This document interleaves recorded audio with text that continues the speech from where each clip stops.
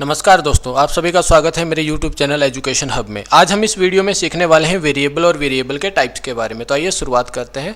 हम यहाँ पे स्क्रिप्ट मोड में काम करेंगे। फाइल, न्यू फाइल पे मैंने क्लिक किया। आप यहाँ पे देख सकते हैं हमारे पास जो है अनटाइटल्ड करके जो है एक नया स्क्रीन जो है अपीयर हो गया, जिसमें अब हम स्क्रिप्ट मोड में जो है काम करने वाले हैं। तो आइए सबसे पहले हम एक प्रोग्राम की हेल्प से समझेंगे। मैंने यहाँ पर एक वेरिएबल एक्स करके बता दिया और उसमें ऑसम उसकी जो है वैल्यू दे दी। अब हम यहाँ पे फंक्शन बताएंगे। डिफाइन किया मैंने फंक्शन को और फंक्शन का नाम दे दिया फन। अगर आप इस प्रकार से नहीं लिखेंगे, मीन्स मैंने कॉलन लगाया है, जैसे मैंने कॉलन लगाने के बाद एंटर किया, आप देखेंगे कर्सर कहाँ पे आया है। लेकिन अगर मान लीजिए हमने यहाँ पे कॉलन नहीं लगाया, अब मैं एंटर करूँगा तो आप देखेंगे कर्सर यहाँ पे आएगा। तो अगर आप ऐसा करते हैं तो आपका जो प्रोग्राम है वो रन नहीं होगा। तो आपने कॉलन लगाना है, इस प्रकार से करना है।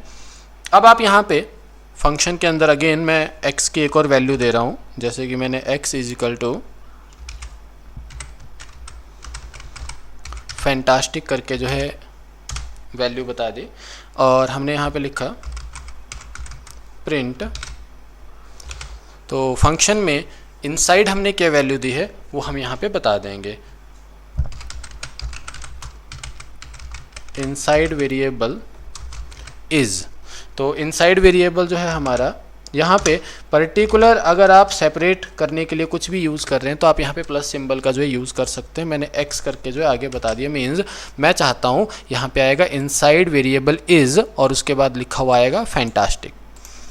तो ये होगी मेरी स्टेटमेंट पूरी। अब मैं स्टेटमेंट से बाहर निकलता हूँ। मीन्स मैंने फंक्शन तो कंप्लीट कर दिया। मेरा फंक्शन है ये, जिस जगह के ऊपर मैंने फन फंक्शन लिखा उस जगह के ऊपर मेरा ये वाला आउटपुट जो है देखने को मिलेगा। तो अब हम यहाँ से बाहर आ जाते हैं। इस प्रकार से मैंने बैक स्पेस प्रेस किया। अब आप देख सकते हैं कर्सर कहाँ है। यहाँ पे हम लिखेंगे फन। देखिए, अगर मैं सिर्फ इतना ही प्रोग्राम कंप्लीट करके रन करता हूँ तो आप देखेंगे इसकी वैल्यू क्या आती है, इसका आउटपुट क्या आता है। मैंने कंट्रोल एस करके जो है प्रोग्राम को सेव किया। प्रोग्राम का नाम मैंने var.py करके आपको एक्सटेंशन देनी ही पड़ेगी। सेव कर लिया। रन के लिए आप यहाँ पे रन ऑप्शन के ऊपर क्लिक करेंगे और ये रहा रन मॉड्यूल। आप F5 शॉर्टकट की का यूज़ भी कर सकते हैं। तो आप यहाँ पे देखेंगे कि आपके पास आउटपुट आ गया, इनसाइड वेरिएबल इज़ फैंटास्टिक। अब मैं यहाँ पे काम कर रहा हूँ। अगर आप चाहते हैं कि आउटसाइड में, यानी कि जो आपने ये ऑसम लिखा हुआ है, देखो जो वैल्यू मैंने यहाँ पे बताई ये हुआ मेरा लोकल वेरिएबल। मीन्स अगर आप इंटरनली कोई भी चीज़ बता रहे हैं, अगर मैं यहाँ पे इस वाली वैल्यू को लाना चाहूँ तो ये वैल्यू नहीं आएगी।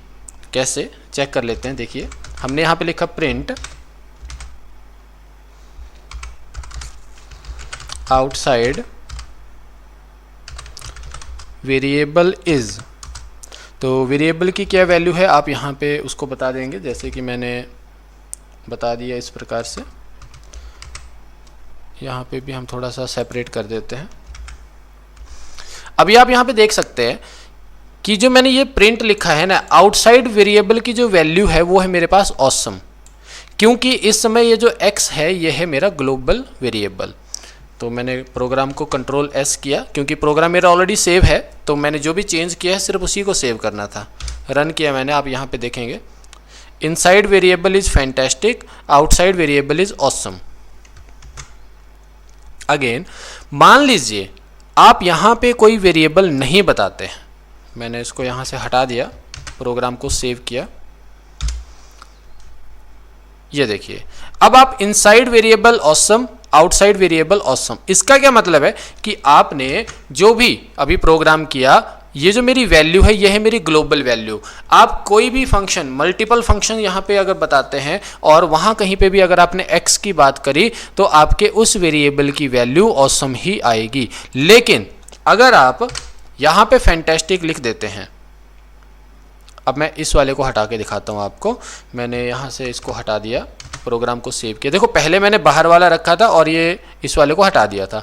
अब मैंने बाहर वाले को हटा दिया और इस वाले को रख दिया। अब मैंने प्रोग्राम को सेव किया। सेव करने के बाद मैं रन करके दिखाता हूँ। जब यहाँ पे रन किया जाएगा तो आप देखेंगे कि इनसाइड वेरिएबल इज़ फैंटास्टिक। देखो, इनसाइड वेरिएबल तो आपका आ रहा है, लेकिन जो आउटसाइड वेरिएबल था, क्योंकि आउटसाइड तो कोई वेरिएबल है ही नहीं, जो हम फंक्शन के अंदर बताते हैं वो हमारा लोकल वेरिएबल होता है और वो उस फंक्शन के अंदर ही काम करता है।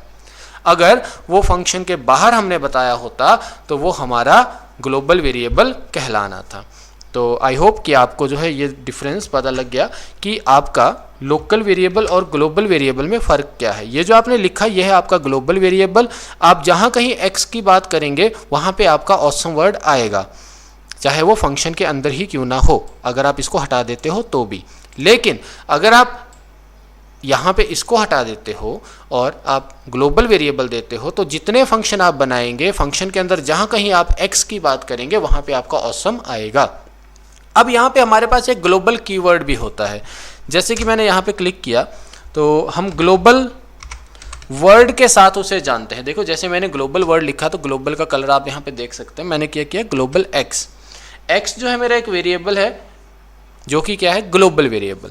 अब मैं यहाँ पे काम कर रहा हूँ चाहे यहाँ पे काम कर रहा हूँ, क्योंकि अब जो मेरा ग्लोबल वेरिएबल है वो ये है, मीन्स अब उसकी जो वैल्यू है वो है फैंटेस्टिक। अब मैं x जहाँ कहीं भी लिखूंगा अब ऑसम नहीं आएगा, अब आएगा फैंटेस्टिक। आप देख सकते हैं यहाँ पे आउटपुट पे, ये देखिए फैंटेस्टिक। इनसाइड वेरिएबल भी फैंटेस्टिक और आउटसाइड वेरिएबल भी फैंटेस्टिक। तो इस प्रकार से आप जो है लोकल वेरिएबल और ग्लोबल वेरिएबल इनके बीच में जो है अंतर को समझ सकते हैं। इसके अलावा आप जो है यहाँ पे अगर किसी भी प्रकार का ग्लोबल कीवर्ड दे देते हैं, ग्लोबल हमारा कीवर्ड है, अगर ग्लोबल कीवर्ड दे देते हैं तो आपका वो वाला वेरिएबल चाहे फंक्शन के अंदर ही क्यों ना हो वो आपका ग्लोबल बन जाता है। अब यहाँ पे मैं आपको जो है साथ साथ कमेंट के बारे में भी समझा देता हूँ। देखिए हमारे पास अगर हम किसी भी लाइन के आगे हैज़ सिंबल लगा देते हैं, फॉर एग्जाम्पल जैसे मैंने यहाँ पे हैज़ का सिंबल लगाया, यहाँ पे मैंने लिख दिया प्रिंट वेरिएबल। तो ये जो प्रिंट वेरिएबल मैंने लिखा है ना, ये मेरी अपनी नॉलेज के लिए है, आउटपुट में इसका कोई रोल नहीं है। आप यहाँ पे देख सकते हैं, देखिए यहाँ पे कोई फर्क नहीं पड़ेगा इस चीज़ का। वैसे ही अगर आप यहाँ पे मल्टीपल लाइंस का, इस जो हम लाइन के साथ लिखते हैं इसको हम बोलते हैं इनलाइन कमेंट। अगर हम यहाँ पे मल्टीपल लाइंस की बात करते हैं तो हमारे पास एक तरीका है कि हम या तो मल्टीपल लाइंस में जैसे कि हैज़ लगाया, दिस इज कमेंट 1, इसके बाद अगेन मैंने हैज़ लगाया, दिस इज कमेंट 2, अगेन मैंने हैज़ लगाया, दिस इज कमेंट 3। तो मैंने यहाँ पे 3 कमेंट जो है अलग अलग प्रकार से दिए और तीनों के आगे जो है सिंबल का यूज़ किया। या तो मैं ऐसे कर सकता हूँ जो कि मेरा सिंगल लाइन के साथ जो है कमेंट को बता रहा है, या फिर मैं एक तरीका और है उसको भी अपना सकता हूँ। हम यहाँ पे स्टार्टिंग में 3 टाइम जो है सिंगल कोटेशन मार्क लगा देंगे और पर्टिकुलर जहाँ पे हम कंप्लीट कर रहे हैं वहाँ पे भी 3 सिंगल कोटेशन मार्क जो है लगा देंगे। मीन्स अब ये हमारा कमेंट बन गया। आप इसको देख सकते हैं, मैं सेव करके रन करके दिखाता हूँ आपको, तो आपको आउटपुट में ये चीज़ देखने को नहीं मिलेगी, क्योंकि जो कमेंट रहता है वो यूज़र अपनी नीड के अकॉर्डिंग अपने लिए तैयार करता है ताकि वो उस प्रोग्राम को ढंग से समझ सके। अगर आप यहाँ पे सिंगल अपर कोटेशन मार्क नहीं लगाते हैं तो आप यहाँ पे डबल अपर कोटेशन मार्क के साथ भी काम को कर सकते हैं। मीन्स जो भी चीज़ आप यहाँ पे डबल अपर कोटेशन मार्क के अंदर करेंगे तो वो भी आपका कमेंट ही होगा। अब आप इसका आउटपुट भी देख सकते हैं, ये देखिए आपके पास अगेन वही आउटपुट आएगा जो प्रीवियस में आया था।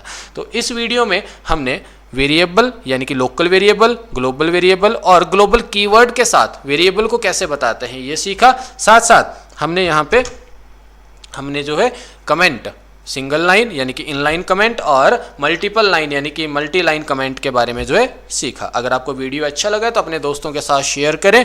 Thanks for watching this video.